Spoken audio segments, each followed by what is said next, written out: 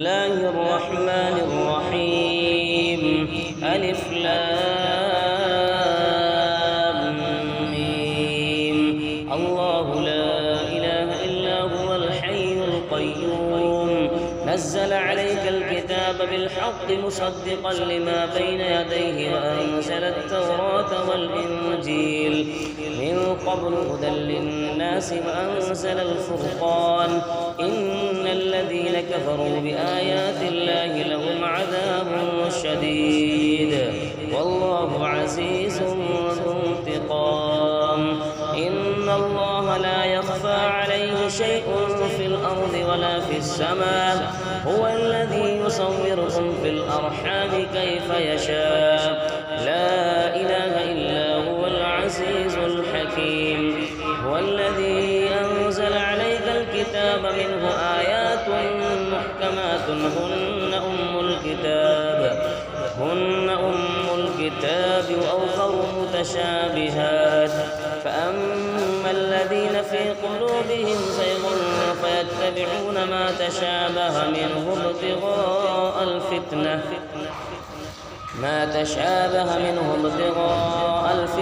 وابتغاء تأويله وما يعلم تأويله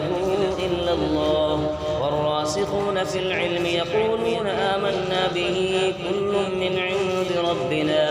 وما يذكر إلا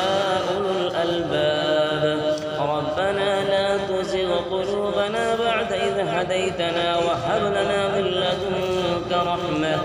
إنك أنت الوهاب ربنا إنك جامع الناس ليوم لا ريب فيه إن الله لا يخلف الميعاد إن الذين كفروا لن تغني عنهم أموالهم ولا أولادهم من الله شيئا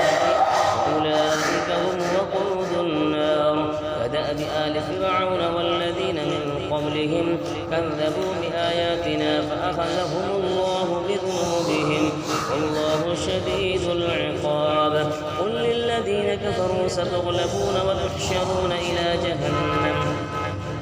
وبئس المهاد قد كان لكم آية